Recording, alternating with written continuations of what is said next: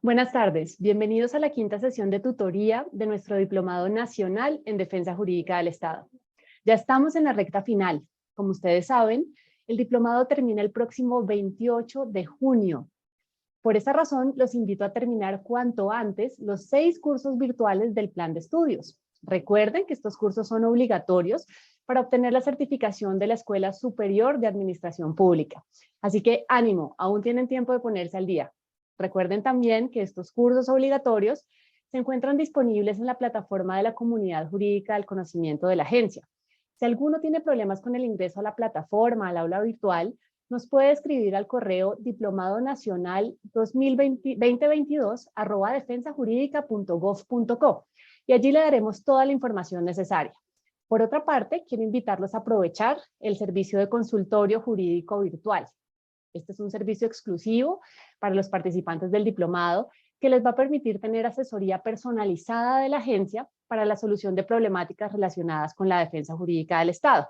Las citas se asignan todos los viernes y la inscripción se realiza a través de un formulario en línea que está disponible en la caja de herramientas del aula virtual de nuestro diplomado, por supuesto en la plataforma de la Comunidad Jurídica del Conocimiento. En esa caja de herramientas, ustedes también van a poder encontrar todo el material de estas sesiones de tutoría, las presentaciones, las lecturas complementarias y todo el material sugerido por los expertos. Les recomendamos que descarguen esta información antes del cierre de la plataforma, que es el 28 de junio, fecha en la cual finaliza nuestro diplomado. La clase de hoy aborda un tema de indiscutible relevancia, el precedente judicial.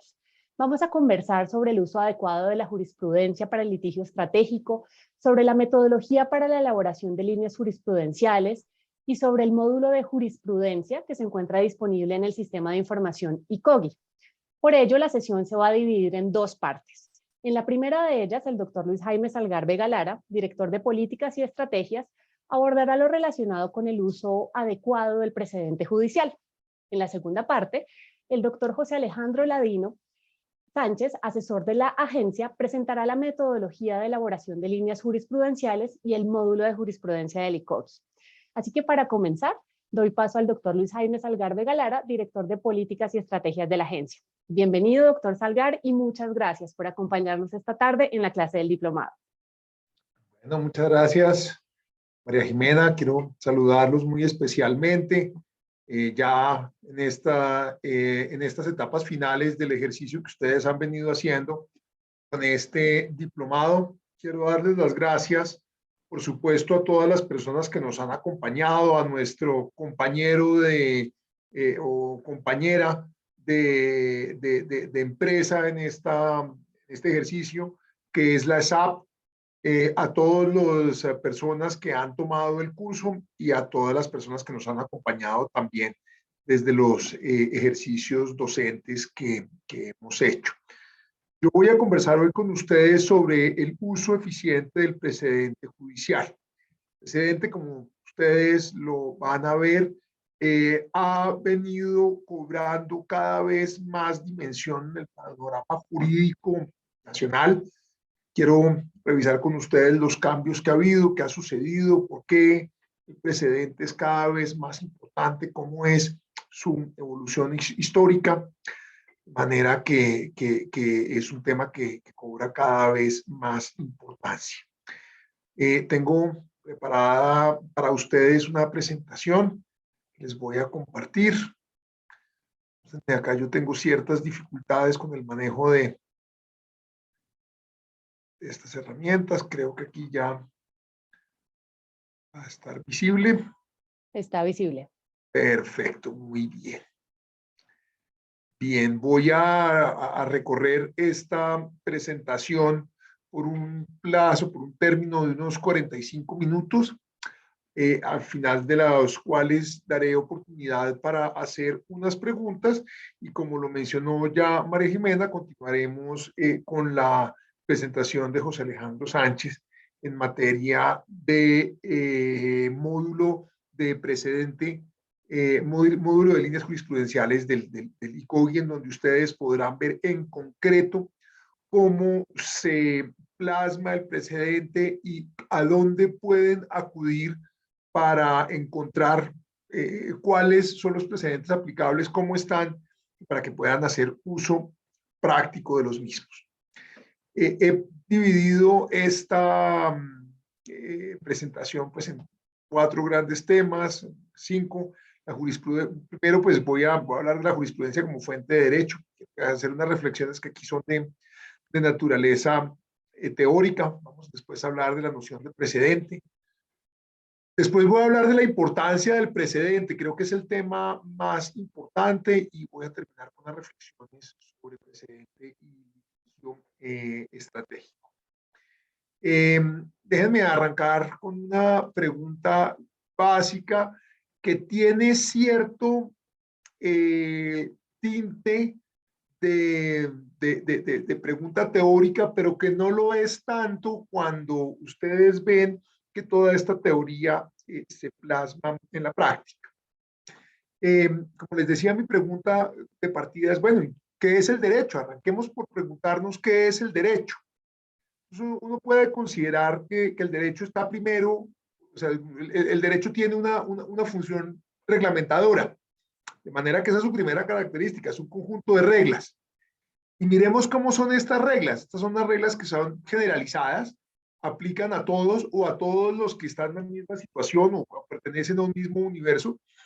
Son las reglas que tienen la pretensión de homogeneidad. Tratemos a todos, o por lo menos a todos los que están bajo una misma característica de una igual manera. Es un conjunto de reglas de naturaleza pública. ¿Qué quiere decir eso? Primero, que son conocidas por todos. Todos sabemos o podemos saber qué es el derecho. Y segundo, primero, pues que sabemos o podemos saber dónde está el derecho. Y segundo, que son, que emanan de autoridades públicas. Y además es voluntario. ¿Qué quiero decir por el hecho de que sea voluntario? Lo pongo entre comillas. Eso quiere decir que con quien cumple las reglas jurídicas las cumple en uso de su voluntad. Podría fácticamente no cumplirlas. Por supuesto que eso tiene consecuencias, pero podría no cumplirlas. Eso es diferente, en ese sentido son diferentes de las reglas de la física. Nadie se puede abstraer de la ley de la gravedad, pero en las reglas jurídicas sí, con consecuencias, por supuesto, pero podría suceder. Este conjunto de normas es además un conjunto de normas de carácter obligatorio. ¿Qué quiere decir que sea obligatorio? Que tiene fuerza vinculante, es decir, que efectivamente vincula a las personas cobijadas. Y segundo, que hay un poder externo que asegura su cumplimiento.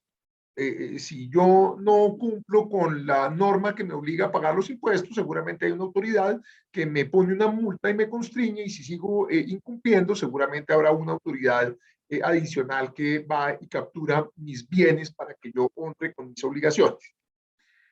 La tercera característica del derecho, además de ser un conjunto de reglas y de ser reglas obligatorias, es que constituye una construcción social. Hacemos el derecho se hace en el marco de las relaciones humanas, de las relaciones sociales. Es una ciencia de naturaleza esencialmente discursiva. ¿Qué quiere decir que sea discursiva?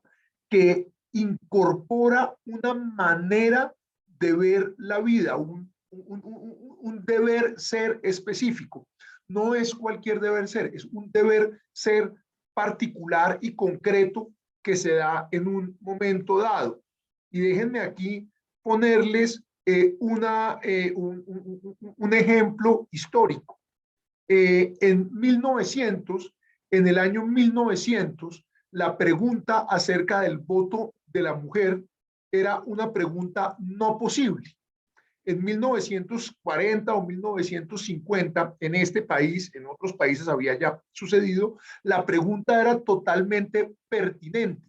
Hubo un discurso que llevó a que la pregunta tomara lugar dentro del panorama jurídico posible, aunque aún no había la regla.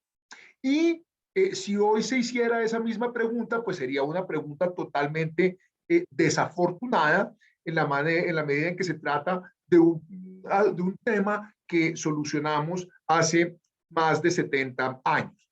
De manera que ha habido un cambio, o cerca de 70 años, de manera que ha habido un cambio en la manera como la sociedad entiende la condición femenina en tanto que partícipe de una sociedad democrática. Ha habido una variación que se manifiesta a través de un discurso que lleva a un cambio de la realidad social. De manera que podríamos aceptar razonablemente que el derecho es un conjunto de acuerdos sobre las reglas que rigen el funcionamiento de una sociedad. Arranquemos por esa definición y la vamos a ir viendo a lo largo de esta presentación en función específicamente del precedente judicial. Pero antes de entrar en el tema del precedente, miremos qué es una fuente de derecho.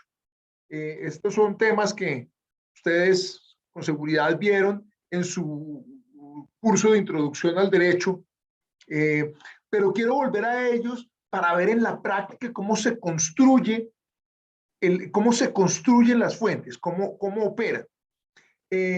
No puede aceptar que son actos o hechos a los que el ordenamiento jurídico reconoce capacidad para crear derechos. Es una definición abstracta que vamos a ir materializando. Usualmente reconocemos que las fuentes del derecho son la ley, la costumbre, la jurisprudencia y la doctrina, y puse también la Constitución. Hay quienes señalan que la Constitución y los principios generales del derecho son también fuentes de derecho.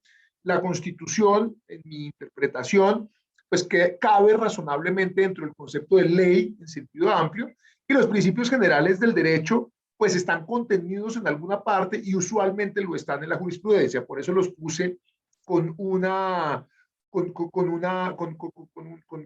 asterisco para distinguirlos, para centrarme en los 4 que considero determinantes para esta presentación, y sobre todo en 3 de ellos, que son la ley, la jurisprudencia y la doctrina. Nuestro sistema jurídico, ya vamos a volver sobre el tema. La ley, pues la hemos considerado tradicionalmente la fuente de derecho por excelencia. Vamos a ver que eso ya no es tan así. La costumbre, pues tiene una aplicación en el marco específico de cierto tipo de relaciones mercantiles, etcétera, y cada vez la costumbre es más difícil de demostrar en la medida en que las actividades mercantiles cada vez más están regladas por normas de derecho positivo. Está la jurisprudencia, que es el tema del que trata nuestra presentación, y la doctrina. Y en el marco de la doctrina yo quisiera plantearles una pregunta que la voy a dejar ahí caminando y voy a retomar más adelante. La intervención que presenta un defensor del Estado, bien de manera escrita o de manera oral, en el marco de un proceso judicial, ¿podría calificar como fuente de derecho? Dejo la pregunta planteada, volveré a ella, como les digo, más adelante. Mencionaba las fuentes de derecho y hacía referencia a la ley y a la jurisprudencia. La costumbre no es relevante para esta presentación, y a la doctrina, como les digo, volveremos más adelante. A ver, la diferencia central entre los sistemas continentales y los sistemas anglosajones está relatado o está circunscrito a la función que juega la ley dentro del ordenamiento jurídico versus la función que juega la jurisprudencia. En nuestros sistemas continentales tradicionales, entendemos que las normas jurídicas generales y abstractas son la fuente básica, la fuente real y efectiva, pues la fuente principal de derecho, mientras que las demás son fuentes auxiliares. Y les damos a las normas jurídicas este valor en la medida en que consideramos que, por el hecho de ser generales y abstractas, aseguran la igualdad. Es una pretensión muy sólida de los sistemas continentales. En los sistemas continentales creemos que la generalidad y abstracción de la ley es un prerequisito fundamental para su justicia e igualdad.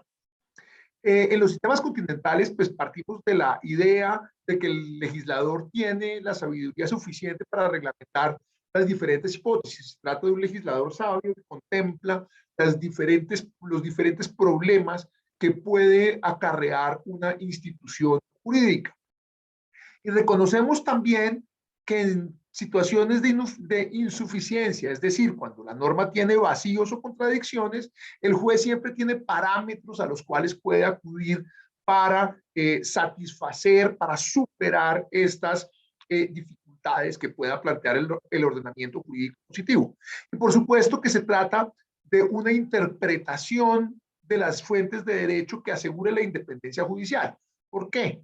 Porque permite que el juez sea un intérprete directo de las normas legales.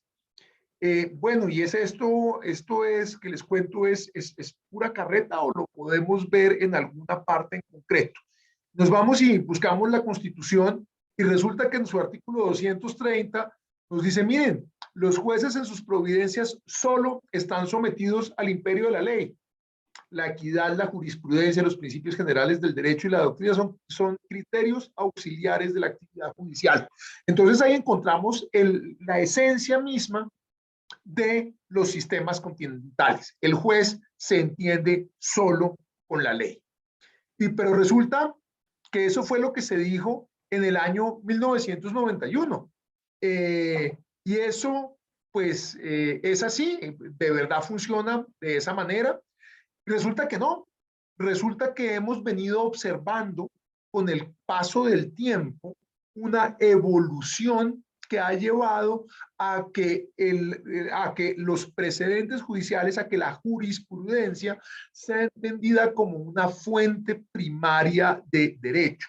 ¿Qué quiere decir que sea una fuente primaria de derecho?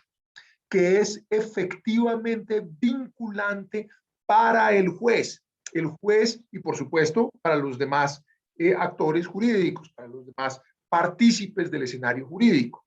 De manera que el juez no solamente debe entenderse con el texto directo de la norma legal aplicable, sino que debe saber y aplicar en su interpretación de la norma o al aplicar la norma, pues debe acudir a la interpretación que de la norma han hecho las autoridades judiciales y particularmente las autoridades judiciales de cierre. De manera que al aplicar la norma jurídica en concreto, el juez, y sobre todo, como les mencionaba yo, el juez de cierre, se convierte en un creador de normas jurídicas porque llena las formas, las formas legales, las llena de un contenido o las formas constitucionales. Déjenme ponerles un ejemplo práctico. La Constitución colombiana garantiza el derecho a la igualdad o a la dignidad.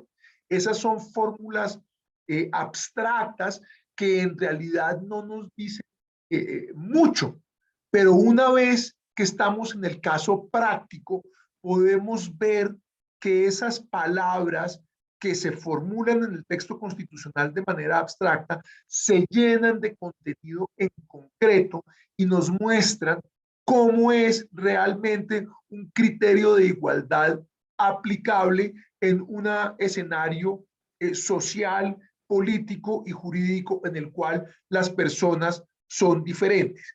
De manera que con este ejemplo les muestro cómo no es que el juez mire hacia la Constitución y diga todos nacen libres e iguales, sino que lo que debe hacer es revisar cómo los jueces han interpretado ese principio constitucional.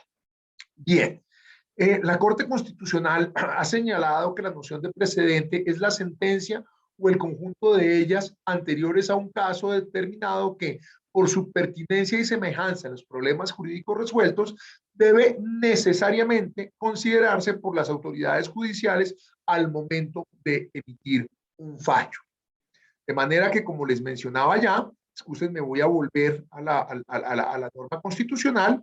Este principio, esta regla constitucional que está en la Constitución del 91 y que dice que los jueces en sus providencias solo están sometidos al imperio de la ley, ha sido una regla que ha sido matizada por el juez constitucional en la medida en que ha dicho, no, señor juez, usted no solamente está obligado por la norma legal aplicable, sino por la jurisprudencia. Este es, por lo demás, un movimiento, un paso que ha sido común en los sistemas jurídicos continentales, de la misma manera que los sistemas jurídicos anglosajones también han manifestado su preocupación por no tener reglas positivas, o mejor dicho, por restarle importancia a las reglas positivas. De manera que ha habido un acercamiento de los dos sistemas jurídicos en donde se reconoce la importancia de la ley como figura general y abstracta, y se reconoce igualmente la importancia del juez y particularmente del órgano de cierre, que llena de contenido práctico esas fórmulas que el legislador adopta de manera general y abstracta. Ahora bien, hay unas reglas importantes que es importante tener, unas reglas generales que es importante tener en cuenta para entender bien de qué estamos hablando cuando hablamos de precedente. Lo primero que hay que mencionar es que no cualquier sentencia no cualquier sentencia constituye precedente, sino que es necesario que se trate de una sentencia que recoge un criterio o que fija una regla de manera clara que tiene la vocación de aplicar a temas futuros. Ese caso puede suceder porque se trata de un tema nuevo que no había sido llevado al conocimiento del juez y que de pronto lo es. Déjenme ponerles dos ejemplos. ¿Cuál es el derecho que tiene una persona que resulta contagiada por el coronavirus? Ese es un problema que nuestro sistema jurídico respondió de una manera amplia en la medida en que propuso e incorporó reglas ampliamente protectoras. Y déjenme ponerles otro ejemplo que lo leí hace un tiempo en el periódico. Se trata de una persona que nació con el género masculino, decidió acoger el género femenino, es una persona transexual, que llega a la edad de jubilación femenina y solicita que se le reconozca la jubilación, en la medida en que se trata ahora de una persona mujer y no de una persona hombre. Entonces, ese es un problema que no había sido anteriormente conocido por el juez.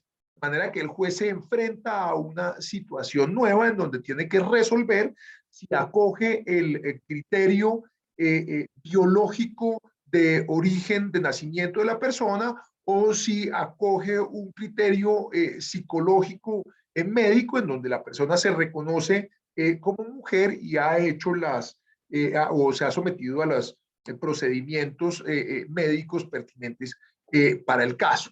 Entonces, no es cualquier regla, no es cualquier decisión, es una decisión que aborda un problema nuevo o que lo replantea.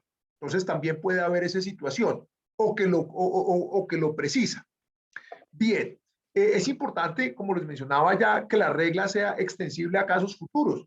Para eso es necesario que el juez entienda la dimensión de la decisión que está tomando y la adopte de tal manera que tenga una posibilidad de ilustrar sobre situaciones similares posteriores. Este tipo de situaciones pues es de la mayor importancia en la medida en que favorece la igualdad real y efectiva y la seguridad jurídica. ¿Por qué? Porque el precedente nos orienta hacia dónde debe ir el juez en relación con los problemas que conoce. Y mencionaba al principio, no se trata de cualquier sentencia, sino de unas sentencias específicas, y no se trata de cualquier cosa que se diga en esa sentencia específica, sino solamente de la regla en concreto que se fija cuando el juez conoce el respectivo caso. Bien, acá les puse esta diapositiva para de alguna manera controvertir el tema.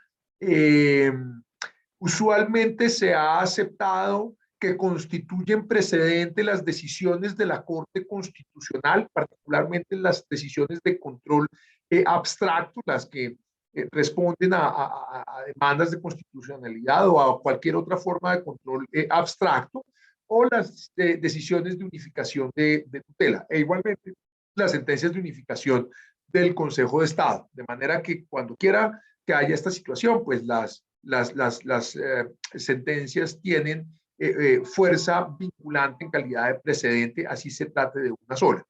O, y esta es una regla, pues, del siglo XIX, cuando hay de manera uniforme 3 o más decisiones sobre una misma materia.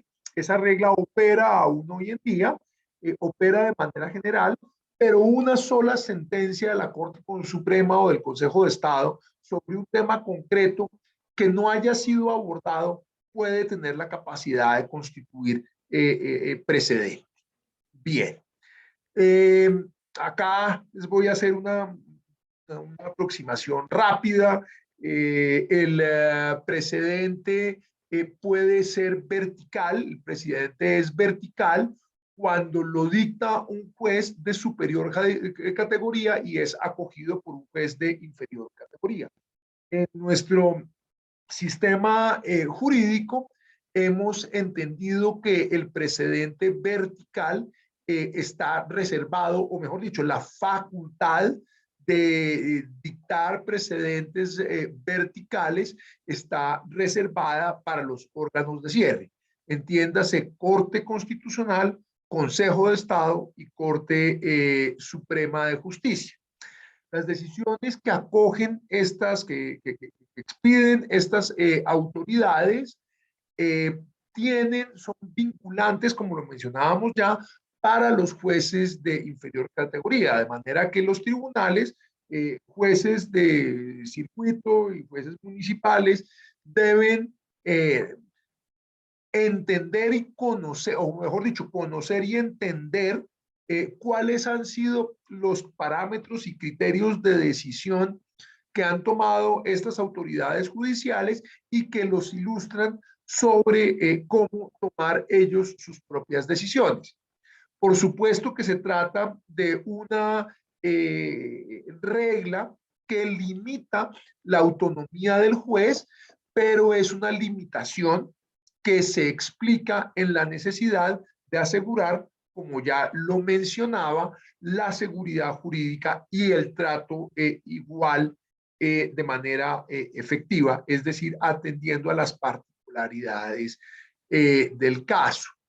De manera que la importancia del precedente vertical radica precisamente en eso, en su capacidad de generar certeza. Bien, el precedente horizontal se describe de manera amplia como los precedentes que existen entre jueces de igual categoría. Ahora bien, esa es una interpretación, hay una interpretación más acotada que es el precedente que un juez, el hecho de que un juez esté obligado por su propio precedente. ¿Podría un juez fallar un caso y después fallar uno análogo futuro de una manera diferente? La jurisprudencia constitucional ha entendido que no. El juez está obligado a tener una línea consistente, lo cual asegura que haya por lo menos una igualdad en las decisiones que adopta, que sus decisiones no sean caprichosas y variables, sino que se sigan por un criterio. Por supuesto, estos criterios podrán ser revisables, pero lo importante para estos efectos es esperar del juez una respuesta igual frente a casos iguales a las dadas anteriormente. Bien. Quiero ahora adentrarme en el tema relativo a la importancia del precedente judicial de manera práctica. Mire, ¿para qué nos sirve el precedente? ¿Para qué lo usamos? El precedente les sirve a los defensores del Estado para estructurar su defensa jurídica. El precedente ilustra de manera amplia qué quieren decir las instituciones jurídicas. Déjenme, voy a un ejemplo. Hay una norma de la Constitución que hace referencia a el derecho a la vivienda digna. Esa norma fue interpretada en algún momento por la Corte Constitucional en concordancia con las normas financieras relativas a la financiación de vivienda y llevó a que se declarara la inconstitucionalidad de las reglas que regían en ese momento el UPAC. En la medida en que pues, la norma incorporaba, las reglas del UPAC incorporaban los factores que en determinadas condiciones hacían que el crédito de vivienda se hiciera demasiado costoso. Entonces, ese entendimiento que hizo la Corte Constitucional sobre el ordenamiento jurídico financiero cambió el panorama de el panorama normativo en este campo y creó unas reglas que señalan, que definen cuáles son las particularidades que debe acoger el ordenamiento jurídico sobre esa manera. De manera que cuando quiera que se vaya a hacer una estrategia de defensa sobre este tema, pues el abogado del Estado debe interpretar las normas de acuerdo a como lo señaló la Corte Constitucional en ese momento. Miremos también, a ver, en materia de defensa judicial, pues el precedente informa la posición del juez en concreto sobre una determinada institución. ¿Cómo entendemos ciertas cosas? ¿Cómo entendemos el régimen de responsabilidad del Estado? Por ejemplo, ¿hasta dónde va? ¿Cuándo puede haber una situación de responsabilidad objetiva que es la que nos resulta más gravosa? Y también, y esto es bien importante, permite identificar cuándo hay vacíos, cuándo hay inconsistencias o cuándo hay tesis cuestionables en aras de controvertir o acotar posiciones jurisprudenciales previas. Es decir, la persona que ejerce una defensa eficiente también puede no solamente usar la norma o el precedente judicial de acuerdo con lo que el precedente señala, sino que también hay veces lo puede identificar para controvertirlo. Ya vamos a mirar más adelante qué quiere decir esto y en qué medida se hace. ¿Por qué es importante lo que les estoy diciendo? Hablábamos del precedente y de la obligación que tiene el juez de respetar. Ahora bien, en nuestro sistema jurídico, el juez tiene la posibilidad de apartarse del precedente. Es una posibilidad limitada, no lo puede hacer de manera caprichosa, pero sí lo puede hacer en la medida en que cuente con argumentos suficientes que lo lleven a cambiar de posición. O bien, para el caso del precedente vertical, un juez se puede apartar del precedente que le ha sido fijado por un órgano superior siempre y cuando para el caso concreto demuestre o bien o bien que se trata de un caso diferente o bien una razón de inaplicabilidad. Entonces, esa es una situación. Y también en el caso del precedente horizontal, el juez se podría apartar de su propia posición previa cuando quiera que cuente con argumentos suficientes que lo lleven a actuar de esa manera. En la medida en que se trata de una situación que se aparta del giro normal de la función judicial, y en esto me explico, se espera que el juez falle el caso posterior de manera igual a como falló el anterior, En la medida en que no se cumple esta regla básica, pues el juez asume una carga especial, una carga reforzada de argumentación. Está obligado a argumentar de una manera mucho más estricta las razones que lo llevan o a apartarse del precedente que le ha sido señalado por el órgano superior o del precedente que él mismo ha fijado. Fíjense que la Corte Constitucional se ha apartado, de hecho ha cambiado su jurisprudencia sobre diferentes materias y lo ha hecho incluso sobre temas sensibles. Recuerdo, quizás a principios tal vez en el año 2000 y 2001, hubo una norma de presupuesto y después una norma siguiente en donde se contemplaba que los empleados públicos no tendrían derecho a aumento en sus sueldos. Esa norma respondía a que estaba el país en ese momento en una situación de debilidad fiscal y de debilidad económica muy marcada. Entonces, para de alguna manera generar algunos ahorros, se dispuso que solamente tendrían derecho a aumento salarial las personas que estaban en el rango del salario mínimo.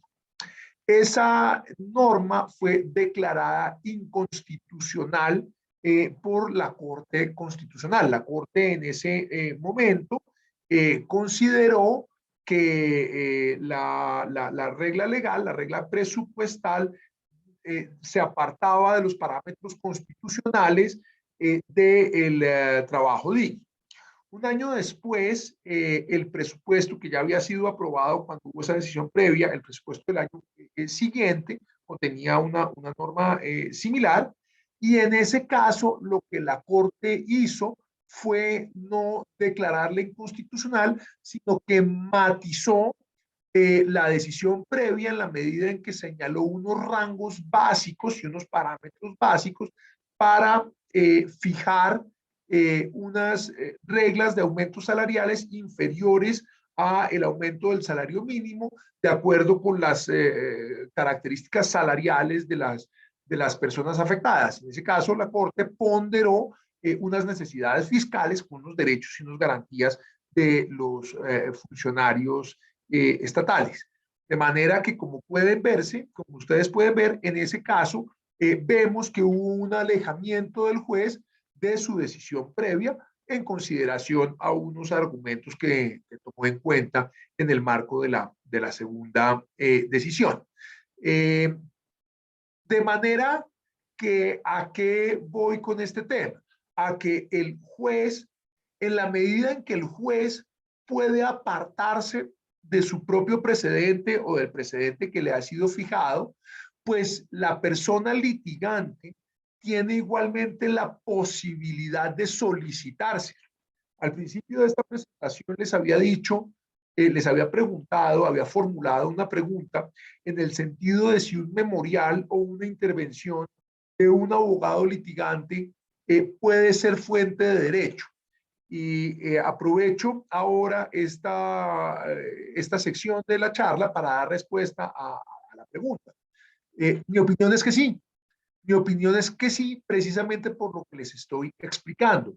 En la medida en que una persona, un abogado litigante, formula una posición jurídica que lleva a que el juez cambie su posición y adopte la tesis que defiende esta persona litigante en defensa de su caso, en esa ocasión, esa persona se convierte en fuente de derecho. ¿Por qué? Porque es la persona que finalmente orienta al juez en la toma de una decisión que cambia las reglas jurídicas aplicables a un caso.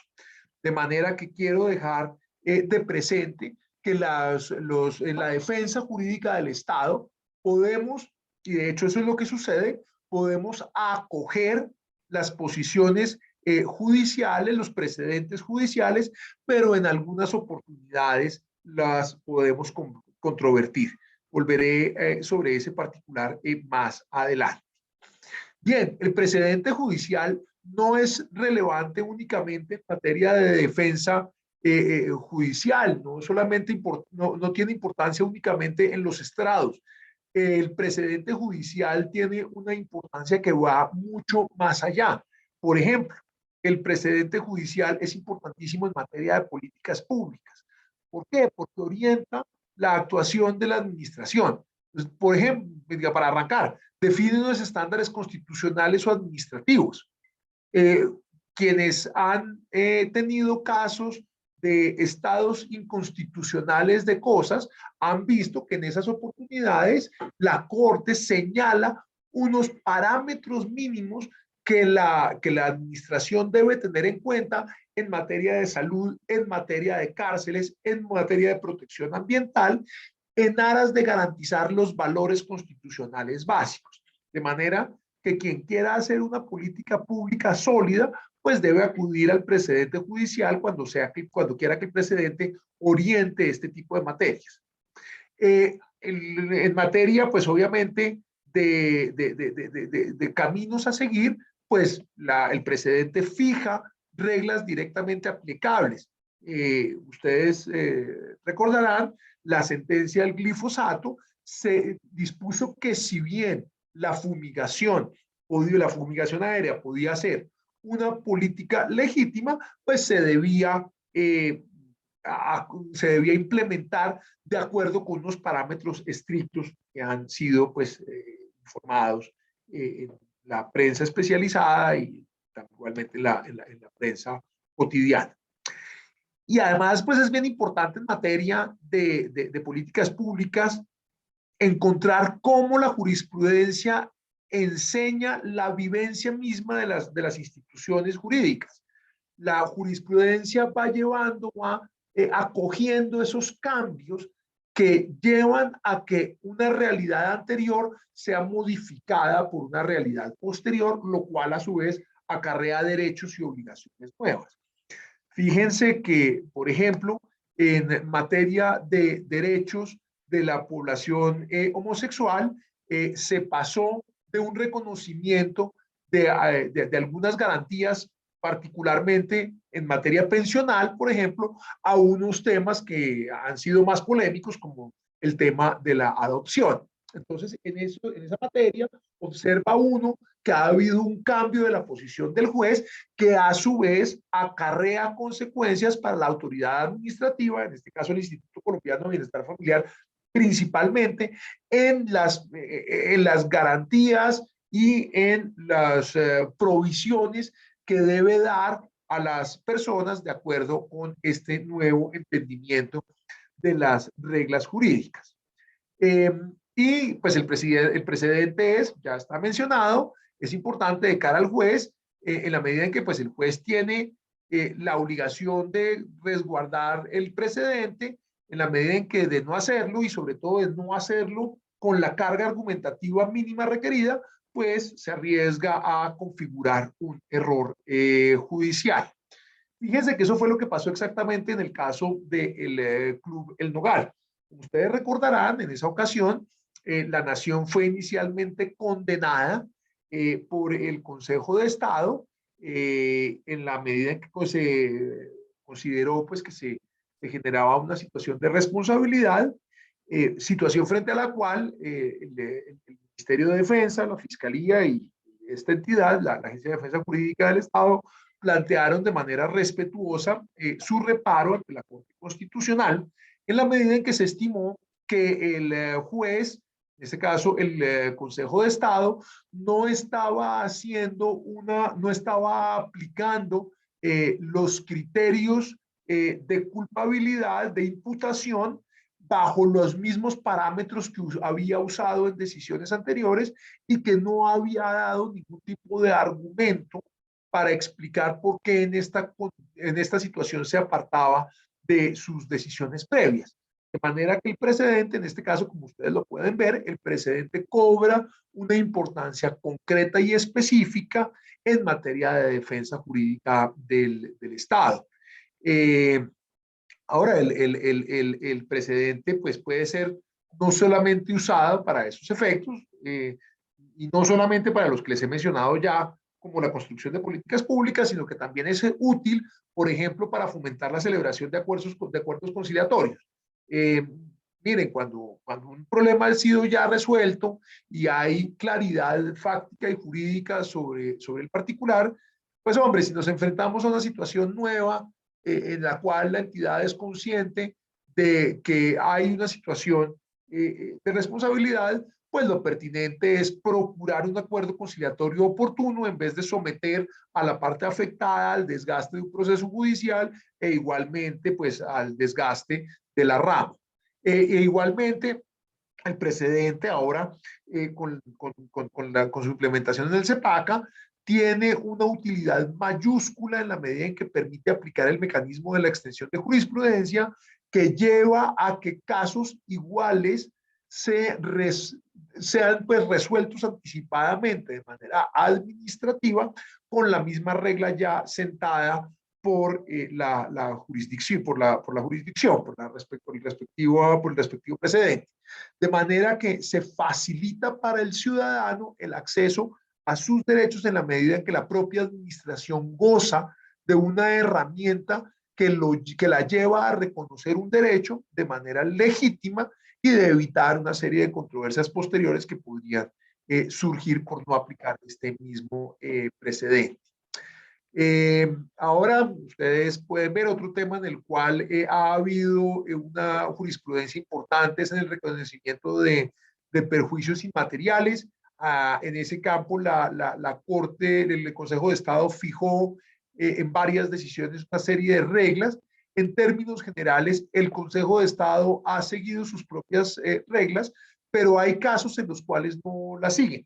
Entonces, es importante que haya también un control sobre el precedente, una identificación sobre el precedente. En la investigación que hicimos, pudimos ver que estas 76 decisiones del propio Consejo de Estado que se apartaron de la propia regla fijada por la organización, por la corporación, llevó a que hubiera pagos en exceso de más de 11.000 millones de pesos.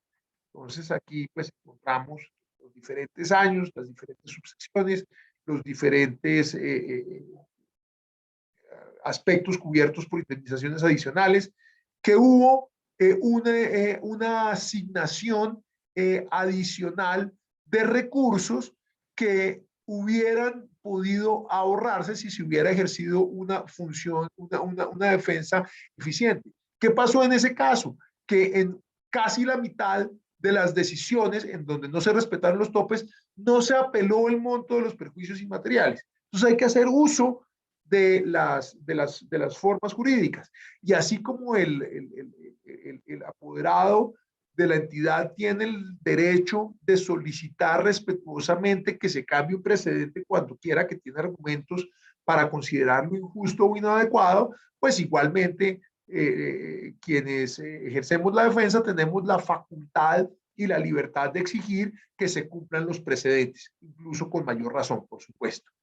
Déjenme terminar con unas recomendaciones muy rápidas.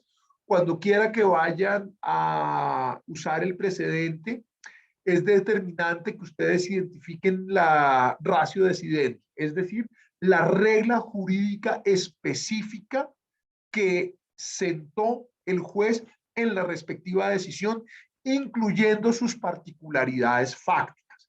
En las sentencias, el juez suele hacer referencia a una cantidad de temas, pero concentra su decisión en algunos puntos o con base en algunos puntos concretos que son lo que constituye la razón de la decisión. La razón de la decisión, el ratio decidendi, es el componente efectivamente vinculante. Cuando el precedente le sea útil, por supuesto, el precedente constituye una norma jurídica directamente aplicable. Invóquela.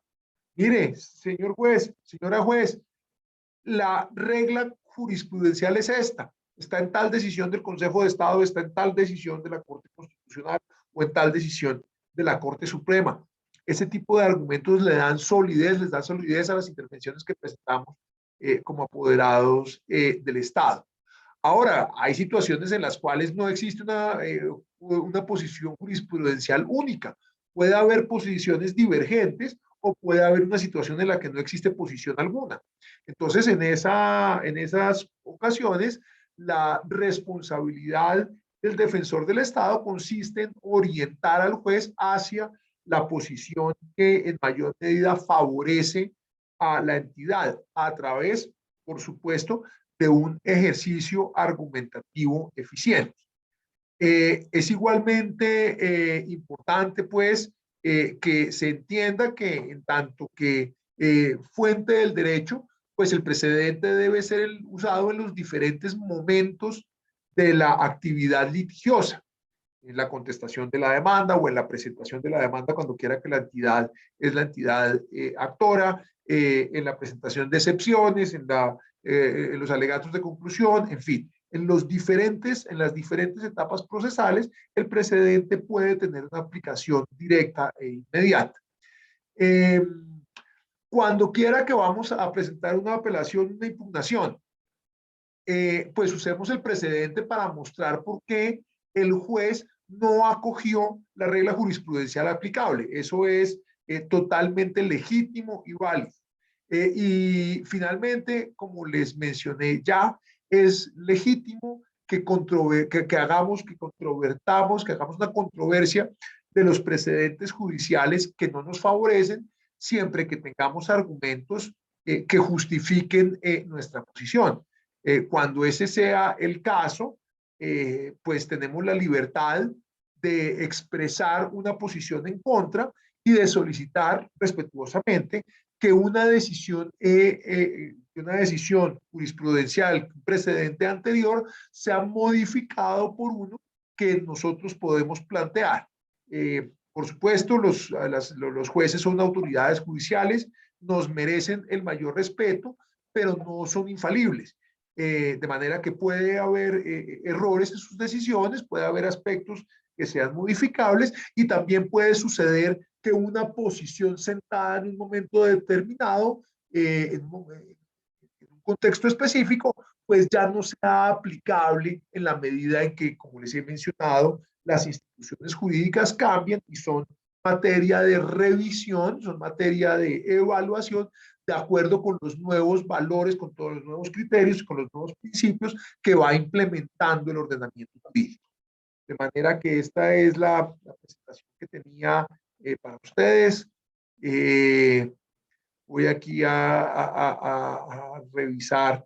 Le había pedido, había comentado con María Jimena, que seguramente revisaría yo las preguntas, pero no me queda difícil. No sé si hay Perfecto. alguna pregunta acá que nos hayan formulado por el chat.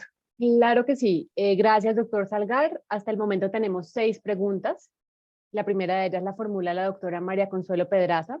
Ella pregunta, ¿quiere decir que si el juez se aparta del precedente, debe justificarlo indicando el por qué se aparta? Sí, y de manera estricta. A ver, apartarse del precedente, prima facie, es algo que no debe hacer, es algo que le está prohibido. Para que le esté permitido, el juez tiene que hacer tiene que formular una argumentación reforzada, quiero decir, en donde analice en concreto por qué la decisión previa no es, no es adoptable en la situación concreta o en el momento concreto. Vuelvo a mi ejemplo.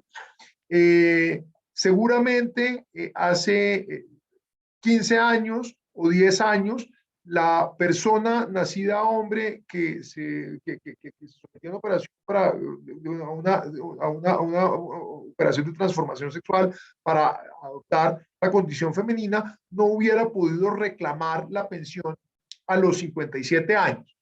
Sin embargo, ese es un problema que ya fue formulado. De manera que, o seguramente si lo hubiera preguntado, si lo hubiera solicitado hace 15 años, le hubieran dicho que no. Seguramente la situación sea diferente en este momento. De manera que ha habido un cambio. Si el juez que hace 15 años dijo que no y hoy quiere decir que sí, pues le corresponde señalar por qué está haciendo ese giro de esa manera. Muy bien, la siguiente pregunta es, ¿cómo podría accederse de manera oportuna a decisiones previas del juez de conocimiento en situaciones jurídicas análogas? Esto para tener la posibilidad de invocar ante el mismo el precedente horizontal. Bien, esa es una pregunta práctica bien interesante. A ver, yo creo que hay varios caminos que conducen a ese objetivo.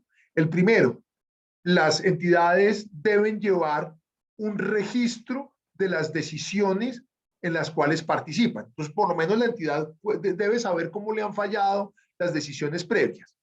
Entonces, esa es una primera fórmula. La segunda fórmula, el ICOGI es cada vez más una base de datos poderosa que ayuda a identificar decisiones previas sobre la materia. Entonces, no está todavía listo como yo quisiera que permitiera pues ubicar todas las decisiones, pero estamos caminando en esa dirección. De manera que primer canal, el canal de la disciplina de la entidad de conocer sus propias decisiones. Segundo canal, el canal del fortalecimiento de la tecnología. Y tercer canal, que se me ocurre, es nuestro chat de abogados defensores del Estado, en donde las personas pueden preguntar si conocen de decisiones previas sobre el juzgado A, B o C sobre una determinada materia, en aras de lograr hacer un control judicial eficiente, en la medida en que, por supuesto, que el juez debe tener pues una coherencia en las decisiones que adopta.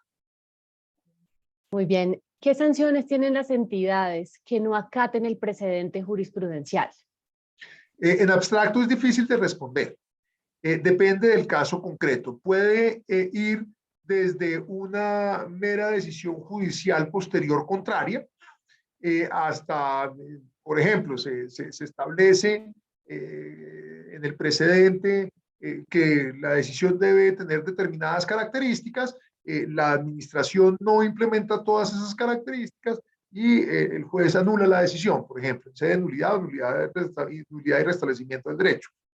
Mire, entidad, usted tenía tales obligaciones, pero no las observó. Ahora, puede llegar también a sanciones mucho más graves, por ejemplo, la persona que desconoce de manera voluntaria una orden de la Corte Constitucional en materia de Estado de cosas inconstitucionales. De manera que el rango es muy amplio, dependiendo de cuáles sean las particularidades de cada caso. Muy bien. En la agencia, ¿dónde encontramos los precedentes, doctor Salgar? Esa es una pregunta que me alegra muchísimo. No la responderé porque la responderá de manera detenida y juiciosa José Alejandro Sánchez, quien hablará a continuación con ustedes y quien les presentará de manera detallada y detenida cómo funciona nuestro módulo de jurisprudencia. Perfecto, vamos a revisar un par de preguntas adicionales. Nos preguntan cómo se ubica entonces en la jurisprudencia o el precedente en la pirámide kelseniana. A ver, dependiendo de cuáles sean las características de la decisión que se toma y de quién sea el órgano que lo toma. Supongamos que el Consejo de Estado toma una decisión sobre la manera como debe interpretarse una norma del CEPAC. Entonces, esa decisión es horizontal en la pirámide a la norma legal. La norma legal va acompañada de su respectiva interpretación jurisprudencial. Ahora bien, cuando se trata de una decisión de la Corte Constitucional, pues entonces queda en la pirámide en la medida en que la Corte interpreta un principio, la Corte Constitucional interpreta un principio constitucional que seguramente irradie todo el ordenamiento. Pero miren, lo importante es esto. Ahora, hay unos casos, depende de las particularidades de cada caso, pero en principio cuando se trata de revisión o de controversias relativas a la aplicación de las normas, pues la norma está emparejada con su respectiva decisión, o bien contenciosa, o bien constitucional, o bien ordinaria en sede de Corte Suprema. También puede suceder cómo se interpreta el régimen de responsabilidad de los particulares del Código Civil. de manera que va aparejada. Ahora, ¿qué pasa con las decisiones de tutela? Hay que ver en concreto cuál es la decisión de tutela. Muy bien, vamos a responder la última pregunta teniendo en cuenta el tiempo para la segunda parte de esta sesión. Y la pregunta formulada es: si la entidad estatal no acata el precedente jurisprudencial en sede administrativa por falta de recursos económicos, ¿sería objeto de sanción ante esta omisión? Esa es una pregunta cuya respuesta siempre es cuestionable, sea cual sea la respuesta que uno dé. Hay dos alternativas, se han dado tradicionalmente dos respuestas básicas a esa pregunta. Una respuesta es, mire, las entidades no están obligadas a lo imposible. De manera que, por más de que haya un precedente, pues si la entidad no tiene con qué cumplir, pues simplemente no tiene con qué cumplir. Y hay una posición diferente que dice, miren, las decisiones judiciales tienen por su esencia misma una vocación de coactividad, de manera que cuando se desconoce pues una decisión judicial, pues se está básicamente pasando, se está incurriendo en una vulneración directa de una norma, lo cual constituye pues una falta grave, y más aún cuando se trata de una decisión encaminada a la protección de un derecho constitucional fundamental, o sea, cuando se trata de una decisión de la Corte Constitucional. O de un juez que ejerce las veces de órgano de protección constitucional. Muy bien, doctor Salgar, muchas gracias por acompañarnos esta tarde, por su clara e interesante exposición. A continuación damos paso al doctor José Alejandro Sánchez, asesor de la Dirección de Políticas y Estrategias de la agencia. Bueno, muchas gracias. Un saludo nuevamente a todos las personas que participan en nuestro diplomado, y un deseo de que continúen con su curso, con su preparación, y que fortalezcan cada vez más sus competencias como defensores del Estado y del patrimonio público. De manera que muchas gracias.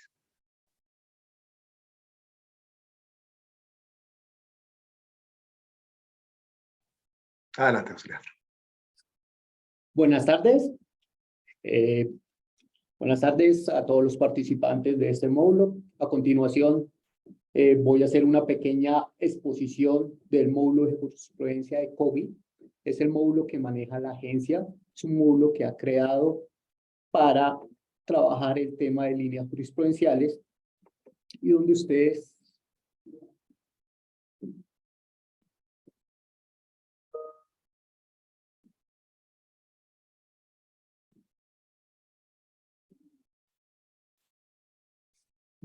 van a poder consultar y consultar los diferentes tipos de líneas que ha venido trabajando la Agencia Nacional de Defensa Jurídica, y la metodología. Vamos a hacer una exposición de los pasos y las recomendaciones de cómo se trabajan las líneas jurisprudenciales al interior de la agencia, en compañía o en armonía con otras entidades como Función Pública, la DIAN, entre otras entidades del orden nacional que nos han venido colaborando y con los cuales trabajamos mancomunadamente para la elaboración de este tipo de líneas. Tal como nos hizo la presentación el doctor Luis Jaime, tenemos un módulo al interior de la agencia que se llama el módulo de jurisprudencia de código, el cual es una herramienta de consulta en línea para los abogados de las entidades, donde pueden identificar las tendencias y las líneas jurisprudenciales relevantes de las altas cortes que intervienen en el ciclo de defensa, identificar las razones que llevan a un juez a tomar una determinada decisión. Es decir, los motivos, vamos a plasmar allí los motivos o causas o cuál fue la fundamentación que llevó al juez a tomar esta decisión y no otra, a resolver este problema de una determinada manera. De esa manera, este módulo también nos va a permitir saber cómo los jueces han venido solucionando un tema, qué decisiones han venido adoptando a lo largo del tiempo en un determinado problema jurídico puntual. Y de esta manera, el juez de la entidad podrá prever desde la solicitud de conciliación, desde cuando le llega la demanda, qué decisión posiblemente puede llegar a adoptar ese juez, una vez llegue la sentencia para fallo, cómo va a resolver este problema. Este módulo le va a permitir a la persona, una vez ingrese y consulte las diferentes líneas que tenemos, va a permitir tener unos argumentos de defensa o simplemente saber cómo proyectar una ficha para el comité de conciliación donde va a proponer solucionar o no un tipo de problema, una demanda, una conciliación o una actividad que se le presenta en la entidad. Principalmente el módulo de COGI vamos a encontrar jurisprudencia de la jurisdicción contencioso administrativa del Consejo de Estado, aunque sin embargo también tenemos muchas decisiones de la Corte Constitucional y allí vamos a encontrar todas las decisiones en estos 26 temas generales de litigicidad que son los más habituales, en donde podemos consultar líneas jurisprudenciales, por ejemplo, en acción de repetición, en acoso laboral, en consulta previa, en asuntos pensionales, en temas aduaneros, en privación injusta de la libertad. Por ejemplo, vamos a poder consultar varias situaciones o varios problemas jurídicos que se presentan cuando una persona es privada de la libertad, y de esta manera podemos determinar en qué eventos o qué posiciones ha tomado el Consejo de Estado para condenar o exonerar a la rama judicial o a la Fiscalía en temas cuando se presenta una privación injusta de la libertad. En asuntos pensionales podemos consultar temas, líneas jurisprudenciales en temas importantes como cómo se liquida, cómo se aplica un régimen de transición, qué factores salariales encontramos o debemos incluir en una liquidación de una pensión, entre otros problemas jurídicos que nos han surgido y que hemos tenido la oportunidad de realizar un estudio juicioso de las diferentes sentencias que ha proferido la jurisdicción contencioso administrativa y de esa manera poder determinar el sentido de los fallos, el sentido de cómo resolver un determinado problema jurídico. Estas 36 causas lo podemos encontrar en el módulo de COGI, que todos los funcionarios de las entidades del orden nacional tienen la posibilidad de ingresar. En este momento vamos a ingresar al módulo de COGI y vamos a mostrar cómo funciona, en dónde buscar, qué podemos buscar, qué actividades podemos realizar. Entonces, a continuación, encontramos acá, si se permite, estamos en el módulo de COGI, nos va a pedir nuestro documento de identidad,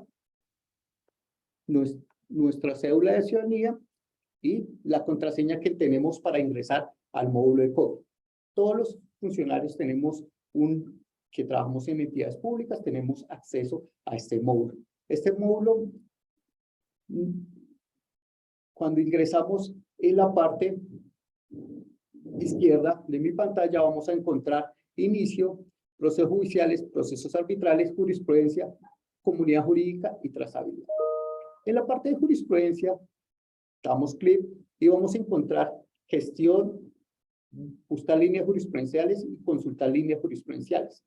Si necesitamos o tenemos un tema puntual, vamos a ir a buscar líneas jurisprudenciales y vamos a colocar un tema del cual querramos buscar cuáles han sido las providencias, en qué posición ha tomado el Consejo de Estado para resolver un problema.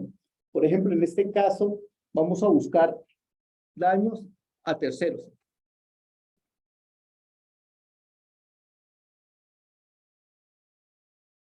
Y nos sale, podemos encontrar que el aplicativo de COGI nos clasifica en los siguientes filtros: temas, causa y elementos. Acá vamos a seleccionar el tema de líneas jurisprudenciales. Y nos va a reducir la búsqueda a los siguientes criterios: daños causados por conscriptos, daños causados a trabajadores, configuración de contratos de realidad, asuntos tributarios, daños causados a miembros voluntarios de la fuerza pública.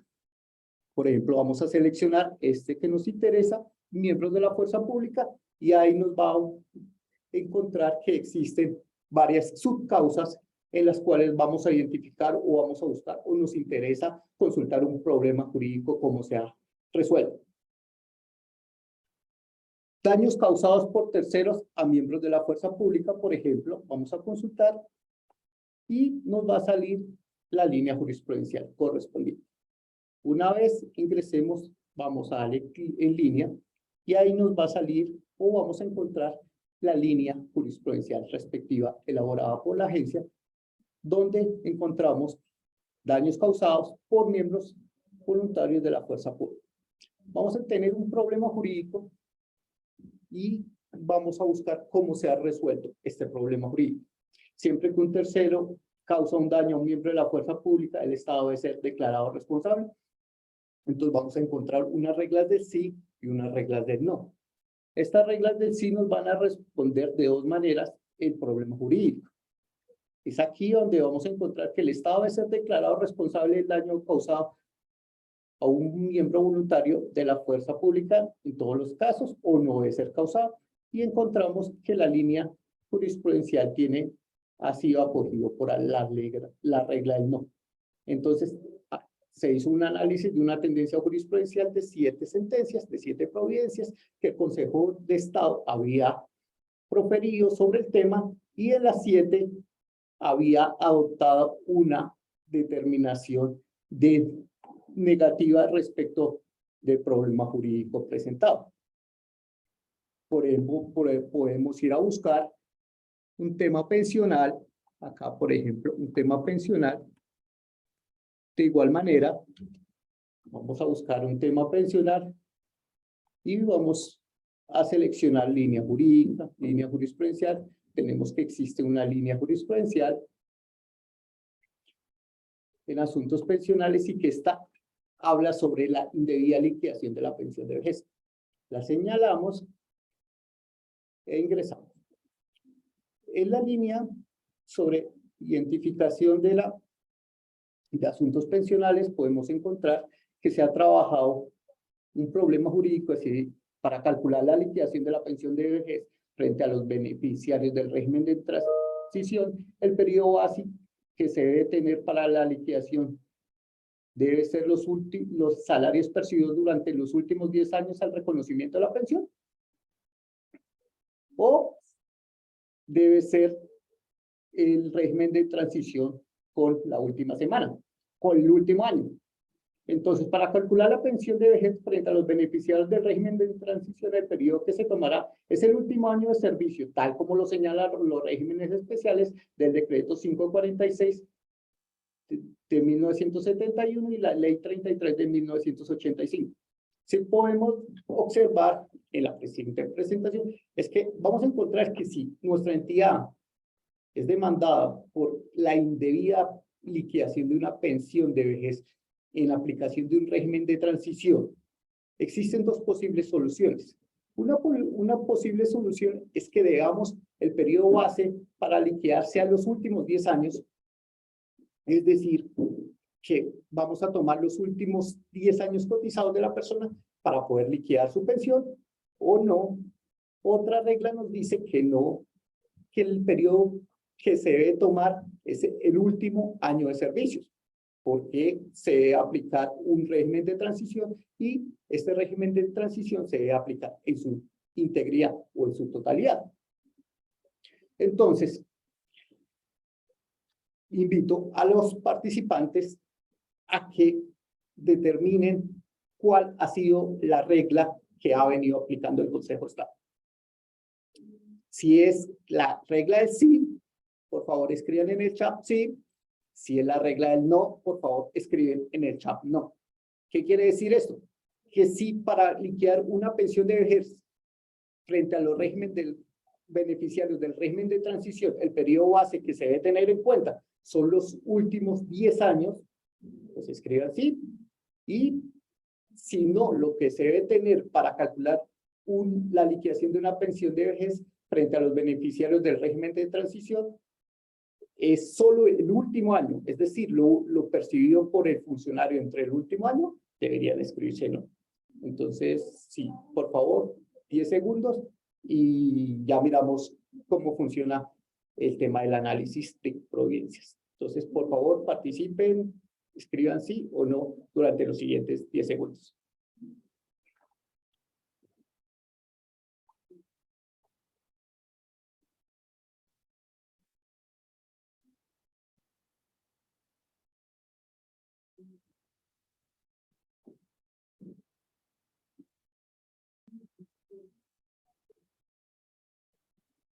Bueno, entonces, en relación con esta regla, y tal como lo expuso el doctor Luis Jaime, la jurisprudencia ha venido variando en varios temas. En este tema, por ejemplo, cuando iniciamos nuestra pregunta, encontramos, se analizaron alrededor de 18 providencias, encontramos que hasta el año 2013 la respuesta era no. Hasta el año 2013 el régimen de transición se aplicaba de acuerdo con las normas preestablecidas a la ley 100, es decir, que se liquidaba con el último año de servicios. Y a partir del año 2013, a partir de 7 de mayo del 2013, cambió la jurisprudencia del Consejo de Estado. Y a partir de esa fecha, el Consejo de Estado modificó su jurisprudencia que venía siendo uniforme y estableció que no se debería liquidar con el último año, sino con los últimos 10 años de servicio. En este módulo, entonces, encontramos la tendencia decisional y las sentencias que nos soportan estas reglas. Cuando acudimos a cualquiera de estos ítems, ustedes van a poder encontrar el análisis de la providencia y la providencia como tal. Entonces, para la persona, el participante, el abogado, el defensor que solicita que dónde podía encontrar las providencias sobre un tema puntual, que dónde las podía consultar, acá en el módulo de COGI la puede consultar. Ingresa acá, ver documento de providencia, le da clic y inmediatamente se despliega la providencia correspondiente. Si la persona tiene la posibilidad, a su vez, de no necesariamente buscar la providencia, sino ver el análisis de la providencia. Ver el análisis que hizo la Agencia Nacional de la Providencia. Sabemos que muchas de esas providencias son extensas, tratan muchas veces muchos temas, abordan demasiados problemas jurídicos y nos interesa solo un problema jurídico puntual. Entonces, en esos casos, para saber si esta providencia aborda el problema jurídico que me estoy planteando, resuelve mi inquietud que tengo en mi oficina jurídica, podemos ir a la ficha que generó la Agencia Nacional. Es decir, vamos a mirar el análisis de la providencia que hizo. En este análisis, que lo vamos a ver detalladamente un poco más adelante, vamos a encontrar los principales datos de la providencia, los principales hechos de la providencia y vamos a encontrar cómo o cuáles fueron los principales argumentos que tuvo el Consejo de Estado para resolver este problema jurídico.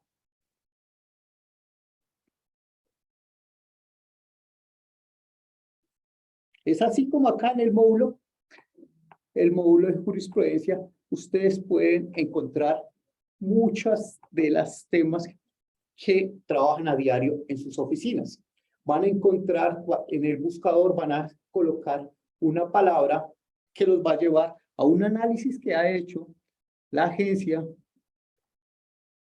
en conjunto con otras entidades donde han abordado estas problemáticas, donde se han planteado qué situaciones son habituales y que pueden dar lugar o dan lugar muchas veces a sentencias diferentes.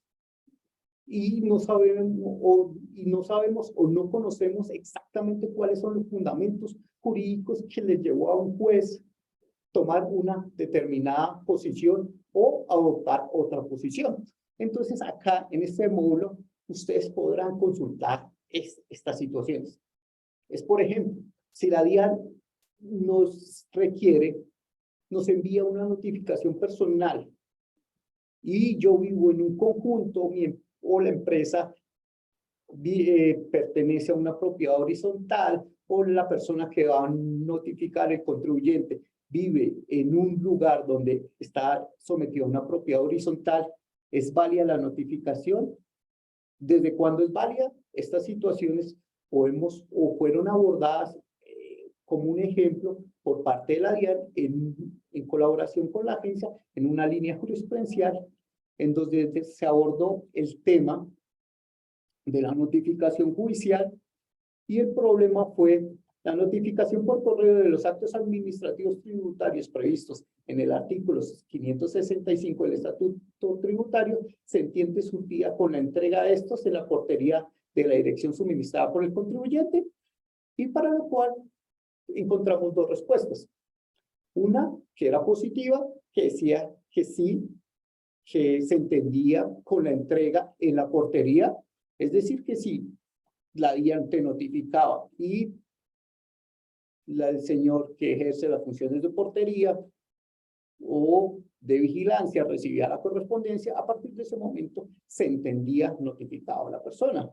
Había otra posición jurisprudencial que decía que no, que la notificación debería ser personal, y que solo a partir del momento en que la persona, el contribuyente, se enteraba, solo a partir de ese momento se entendía efectuada la notificación. Esto puede tener efectos en cuanto a la caducidad o prescripción de la notificación, si se notifica oportunamente o no se notificó oportunamente, y si, por ejemplo, si se notificó oportunamente, es objeto de una sanción, o si la declaración que realizó el contribuyente quedó en firme y por lo tanto no puede ser modificada la correspondiente declaración tributaria presentada por el contribuyente. Es decir, cualquier persona, cualquier funcionario puede ingresar a nuestro sistema, venir, consultar a través del buscador cualquier situación, y posiblemente pueda encontrar que esta entidad, la agencia, o en colaboración con otras entidades, ese problema ya fue resuelto, pueden consultar cuáles han sido las sentencias, pueda extraer la sentencia, pueda extraer el análisis de jurisprudencial realizado por la agencia, y simplemente a partir de ese análisis, a partir de esas fichas, de ese análisis jurisprudencial, de esas sentencias, pueda estructurar su defensa, ya sea en proceso judicial o sea para una audiencia de conciliación, donde tendrá más claro cuál será la posición que debe adoptar la entidad, ya sea conciliar o simplemente presentar una demanda, la contestación de una demanda, e interponer el recurso correspondiente.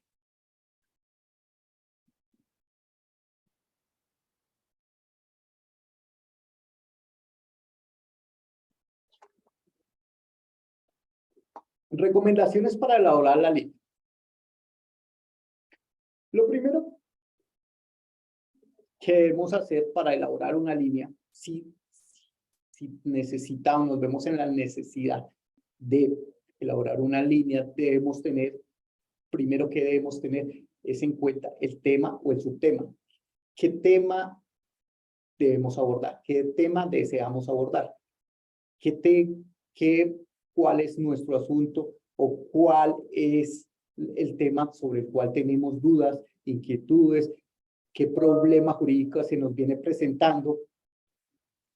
Una vez identifiquemos la causa, podemos formular un problema jurídico. Los problemas jurídicos planteados por la Agencia Nacional de Defensa Jurídica, tenemos dos opciones de respuestas, un sí y un no. Los tenemos en dos extremos decisionales.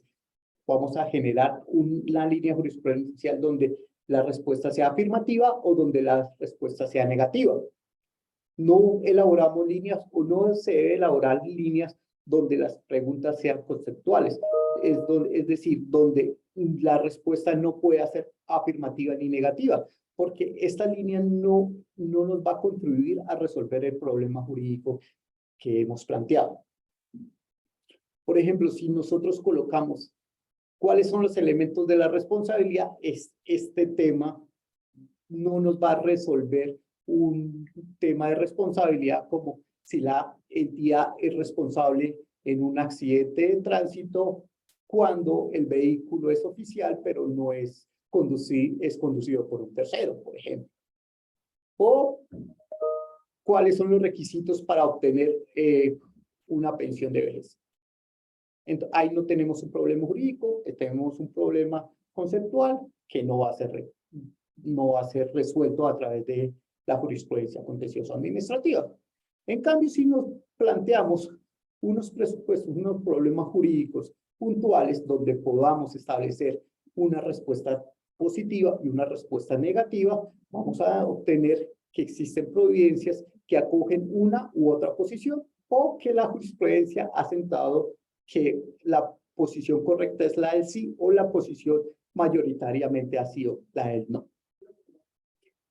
La búsqueda de la jurisprudencia la podemos hacer en dos grandes motores principalmente, que es la Corte Constitucional, donde encontramos las sentencias de constitucionalidad, donde vamos a encontrar sentencias de constitucionalidad y sentencias de tutela, donde resuelve unos determinados puntos de derechos fundamentales, de acciones de tutela, de la vigencia y validez de las normas, o en el Consejo de Estado en sus diferentes secciones, en las temas laborales, en la sección tercera, temas de responsabilidad contractual, extracontractual, o en la sección cuarta, que vamos a encontrar temas tributarios. Es allí donde nosotros, una vez identificado el problema,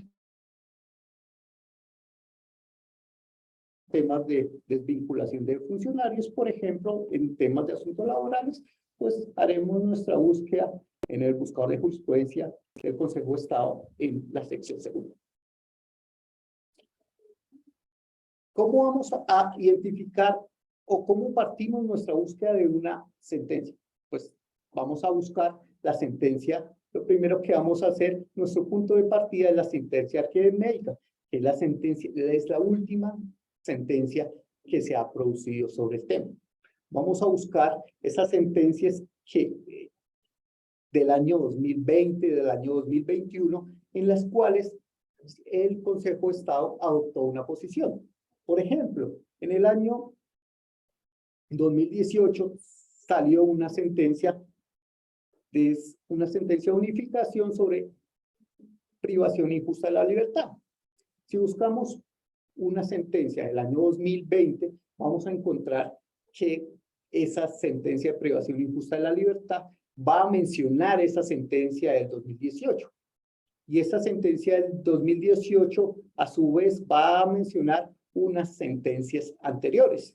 Una sentencia, por ejemplo, la sentencia del 2013, que traía una posición diferente en cuanto a los criterios para condenar el Estado o para que el Estado fuera obligado a la reparación de los daños y perjuicios causados por la privación injusta de la libertad. Acá tenemos un ejemplo.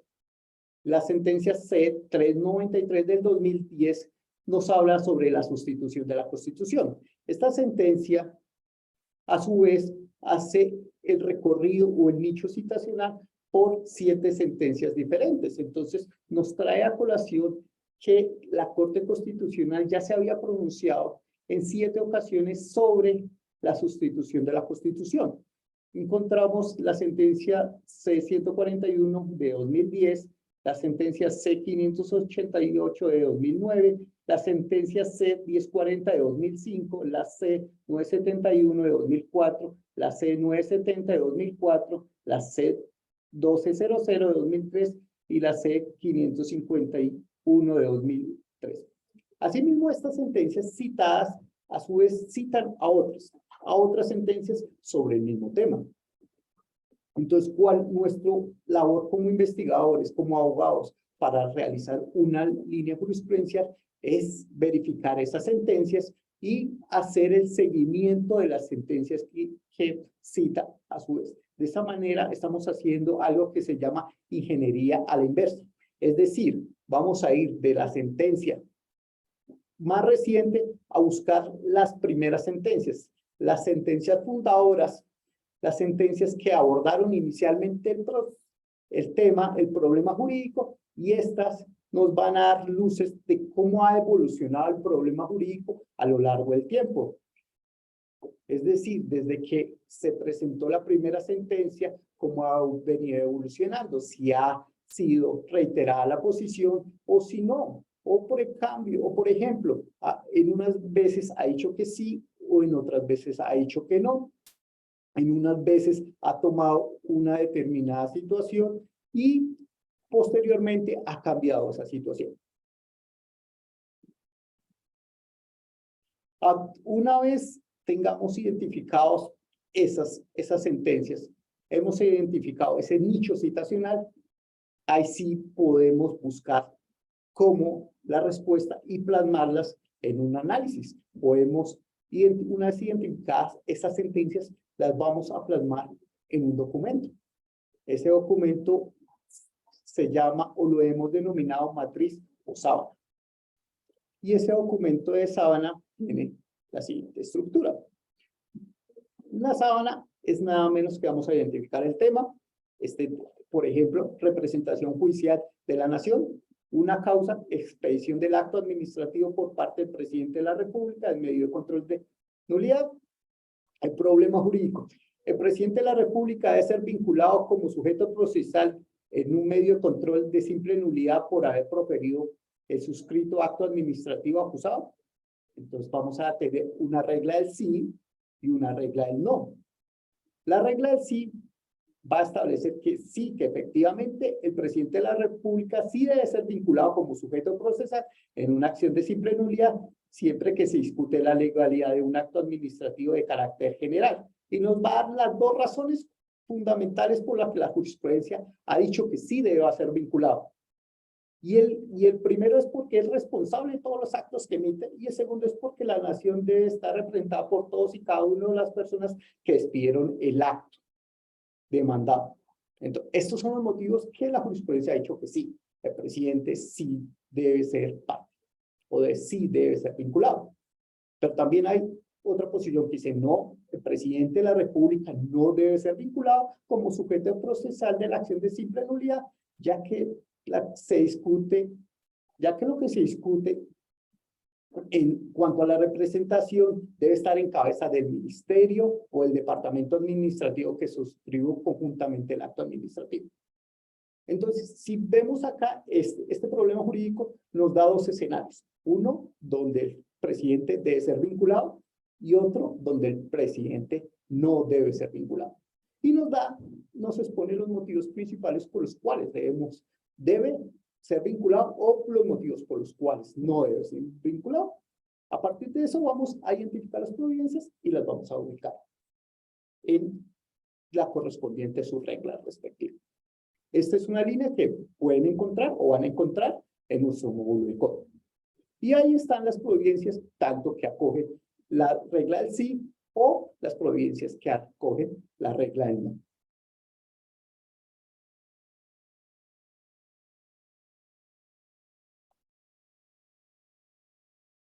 Otro ejemplo de una sábana, vamos a encontrarlo en temas de asuntos pensionales, por ejemplo. Tema, asuntos pensionales. Causa, indebida liquidación de la pensión. El ingreso base del problema jurídico, el ingreso base de liquidación de la pensión de vejez frente a los beneficiarios del régimen de transición debe incluir todos los factores. La regla no y la regla del sí. El ingreso base de liquidación de vejez frente a los beneficiarios del régimen de transición debe realizarse únicamente con los factores salariales que hayan efectuado aportes o cotizaciones al sistema de pensiones. Y la regla del sí, el ingreso base de liquidación de pensión de vejez frente a los beneficiarios del régimen de transición deben incluir todos los factores devengados por el servidor que constituyen salario, es decir, las sumas que habitual y periódicamente recibe el empleado como retribución de sus servicios con fundamento en los principios de favorabilidad en materia laboral y progresividad. Acá, ese es otro tema, es otra línea jurisprudencial que ustedes pueden consultar en el módulo de COVID, donde se resuelve un tema de asunto pensional. Y es un tema también, a su vez, que ha dado dos posiciones jurídicas diferentes. En el año 2010 sale una sentencia de unificación de la sección segunda que dice que sí, que se deben incluir todos los factores salariales que ha delegado el funcionario, el servidor público, aplicando el artículo 53 de la Constitución, principio de favorabilidad en materia laboral y progresividad. A raíz de una sentencia de la Corte Constitucional del año 2013, el Consejo de Estado empieza a reevaluar esta sentencia de unificación del 2010 y en el 2018 cambia su jurisprudencia. En el 2018 aparece una nueva jurisprudencia y adopta la regla del no, que no debe incluir todos los factores salariales para la liquidación de una pensión. Que solo debe de incluir aquellos que hayan sido efectivamente cotizados. Entonces, si nosotros tenemos estas inquietudes o nos plantean estas situaciones en una demanda, en una liquidación, en un tema puntual, podemos acudir a la línea jurisprudencial para determinar qué decisiones van a adoptar los jueces. Si la demanda no hubiera llegado en el 2010, 2011, 2012, la línea decisional había sido una diferente a la actual. Y los argumentos que exponían en el 2011, 2012, 2013 eran unos diferentes a los que hoy en día podemos atender. Entonces, si nosotros tenemos claro nuestra línea jurisprudencial, si somos juiciosos, hacemos una línea jurisprudencial, vamos a tener claro cuáles son los argumentos que ha tomado o ha adoptado el Consejo de Estado para adoptar una regla por el sí o por el no, para tomar una posición puntual en cómo resolver un problema jurídico y cómo lo venía resolviendo y cuáles han sido esos argumentos que le han llevado a variar de posición jurídica o de cambio jurisprudencial. Entonces, lo primero que vamos a hacer para elaborar una línea jurisprudencial es identificar ese problema, es crear esas reglas del sí o no, esas subreglas que ha tenido el Consejo de Estado para tomar una tendencia, para adoptar una u otra posición. Para esto, para saber esta posición, vamos a hacer un análisis de providencia y elaboración de unas fichas. Para eso, la Agencia Nacional ha creado el siguiente documento, en donde vamos a identificar los pormenores de la decisión. Vamos a resumir, a traer los datos fundamentales que nos interesa traer para resolver el problema jurídico. Vemos que a lo largo de una sentencia se resuelven muchos problemas jurídicos. Pero nosotros nos interesa resolver un problema jurídico puntual. Es por eso que en el análisis de providencia no vamos a abordar todos los problemas que trae una providencia. Solo vamos a analizar dos temas pertinentes a nuestro problema jurídico. Por ejemplo, acá van a ver que está la ficha que se elabora.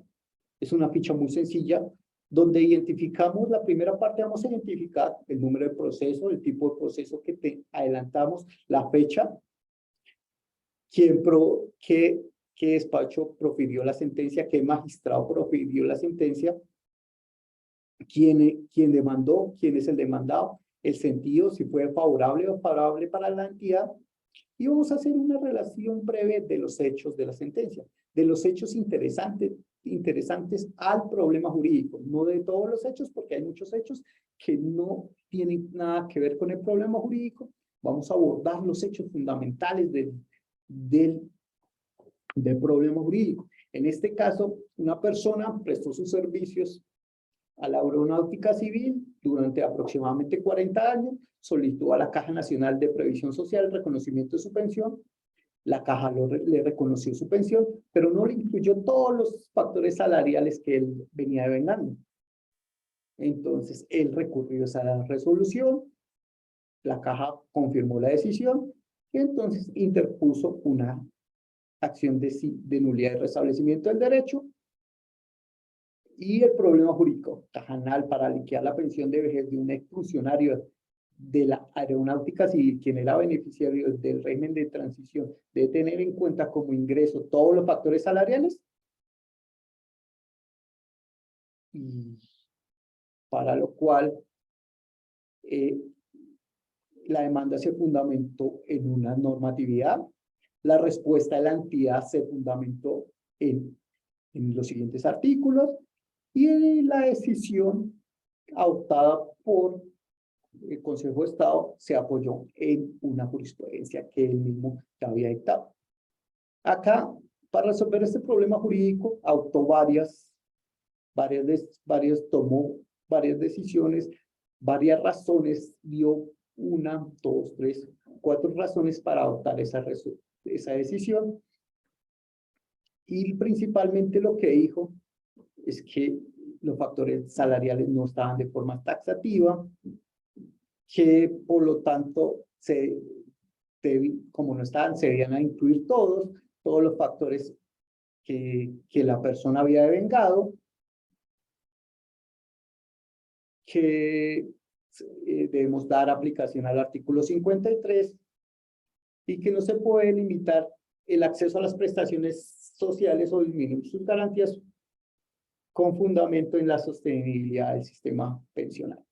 Esos fueron los principales argumentos que dio el Consejo de Estado para decir y ordenar que se debía liquidar la pensión del funcionario. Acá en la ficha también hacemos extraemos textualmente el fundamento, de tal manera que cuando la persona desee verificar la ficha pueda encontrar cuáles han sido las principales razones, motivos que llevaron a adoptar una determinada decisión, y a partir de esto pueda construir sus argumentos de defensa. También en la ficha se incorpora los argumentos de voto de los magistrados que no compartieron la decisión mayoritaria en cuanto a cómo resolver ese asunto en cuestión.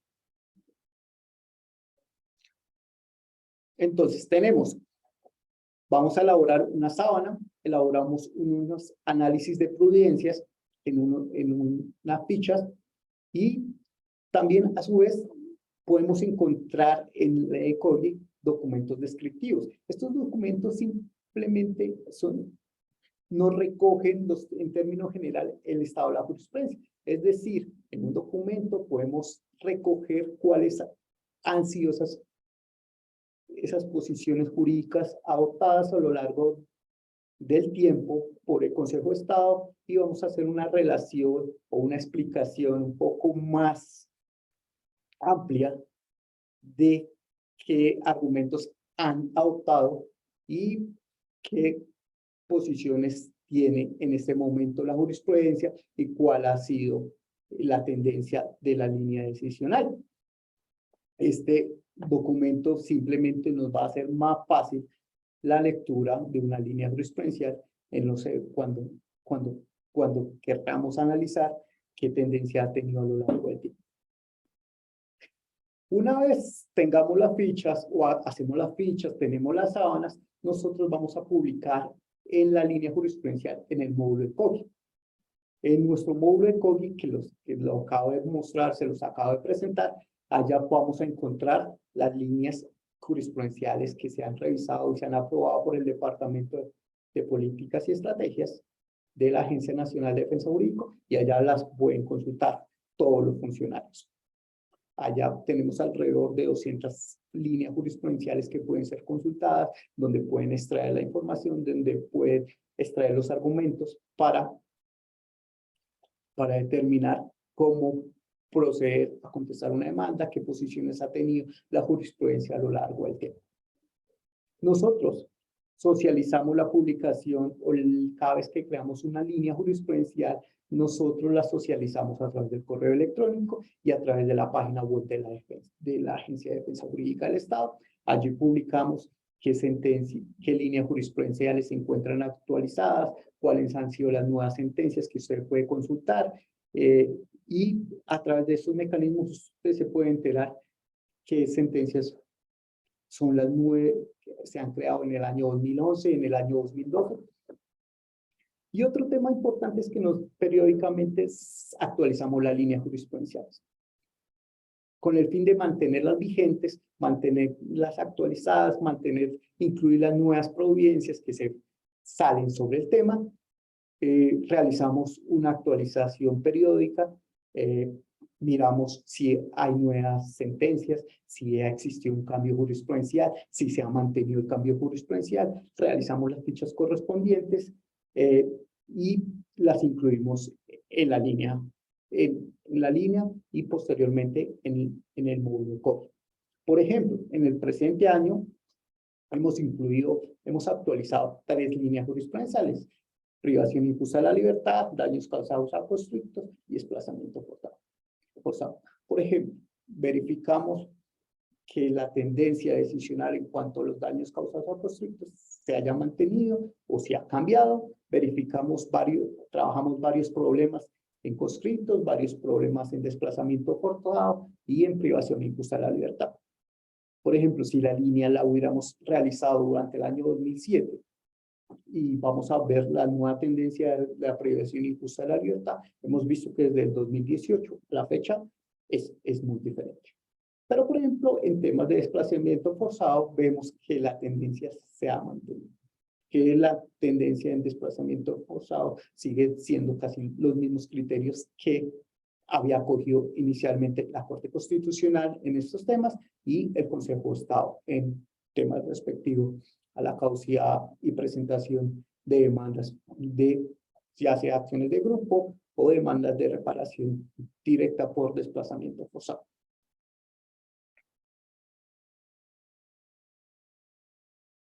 Entonces, en relación con todo el tema del módulo de COBI, invitamos a todos los funcionarios a que ingresen al módulo, lo consulten, verifiquen si el problema jurídico que desean afrontar, que presentan a diario, está resuelto. Si no, pueden comunicarse con la agencia y la agencia, en coordinación con la entidad, puede prestar los servicios para colaborar en la elaboración de las líneas jurisprudenciales que consideren importantes para el desarrollo diario de la correspondiente entidad o, en general, temas de relevancia de relevancia que consideren que podemos incluir en el módulo de COBI. A lo largo del año 2020, a lo largo de este año vamos a seguir incorporando líneas jurisprudenciales en colaboración con entidades como la DIAN, como el Departamento Administrativo de la Función Pública, otras líneas jurisprudenciales que la agencia está elaborando en este momento. Entonces, los invito a que estén pendientes, consulten y cualquier inquietud puedan comunicarlo con la doctora María Jimena o al correo que se ha indicado previamente. Esto es todo. Muchas gracias por la participación de todos. Quedo atento a cualquier duda.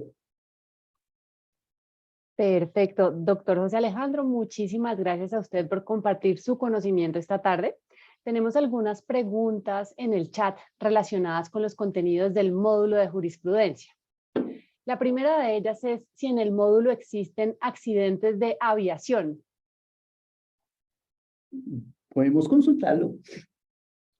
Creo, inicialmente te diría que no. Es un tema, pues, que la agencia creo que no ha trabajado con la entidad respectiva. No hemos venido trabajando ese tema, pero revisemos. Pero vamos a revisarlo. También nos preguntan si hay temas relacionados con controversias contractuales. Sí, con controversias contractuales sí se ha venido trabajando algunos temas. Aviación no hemos trabajado líneas jurisprudenciales, pero sí hay algunas líneas que tocan el tema de aviación. Retiro el programa de formación de oficiales de la Escuela Militar de Aviación. En temas contractuales sí. Temas contractuales sí hemos trabajado algunas líneas jurisprudenciales y ya las consultamos. Y me acuerdo que tenemos uno de liquidación. Incumplimiento, el deber de liquidación del contrato.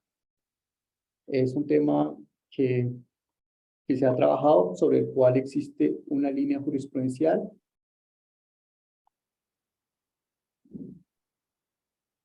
Y el problema es, en los contratos que requieran liquidación el término de 2 años para presentar el medio de control de controversias contractuales contra el Estado, cuando éste incumple el deber de liquidar el contrato, se computa a partir de dicho incumplimiento.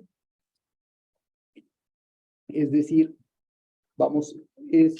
en este se abordó la oportunidad procesal para interponer la acción de controversias contractuales, y sobre el cual vamos a encontrar que existen 11 providencias sobre las cuales se han hecho un análisis, sobre las cuales responden a la regla del sí, y las cuales todos nuestros integrantes de la comunidad jurídica y los abogados que se encuentran inscritos al ECOGI pueden entrar y verificar las diferentes providencias y las diferentes fichas y verificar, y de esta manera establecer si esta ficha o esta jurisprudencia responde a la problemática que en la actualidad tiene en su oficina o al caso que en la actualidad demanda.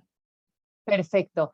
Otra participante pregunta, si la línea determina un equivalente al 50 y 50 para el sí y para el no, ¿el apoderado de defensa puede hacer uso de la posición que más favorezca a la parte que representa sin que esta posición sea vista como muy conveniente? El abogado, la recomendación es analizar los dos tipos de providencias. Debes analizar tanto el sí como el no. Debes analizar tanto los argumentos que llevan al sí, tanto como los argumentos que llevan a la respuesta del no.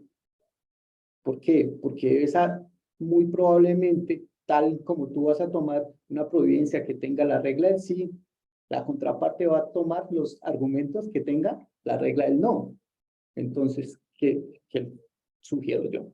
Debes analizar muy bien los argumentos del sí para exponerlos de una mejor forma, traer la providencia que refuerza ese argumento y tener en cuenta esos argumentos del no, para en el evento en que sean planteados al juez, yo pueda contradecir esos argumentos y decirle al señor juez, aquí no aplica la regla del no por estas situaciones, en cambio sí aplica la regla del sí por estas situaciones. Colocar la regla del sí exclusivamente porque me beneficia y desconocer, por ejemplo, los argumentos que han establecido para la regla del no, me lleva a que probablemente mis argumentos del sí sean persuadidos o no sean acogidos porque nunca tomé en cuenta los argumentos que tenían la regla del no. En esos casos donde hay 50 y 50. Cuando la jurisprudencia ya es estable y hemos tomado una regla del sí, pues muy probablemente el juez seguirá con esa misma regla o esa misma tendencia decisional.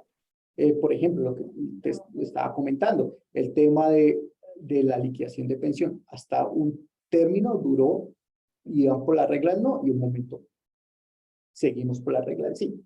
Hay otros temas como, los vamos a estar acá un segundo, esta línea.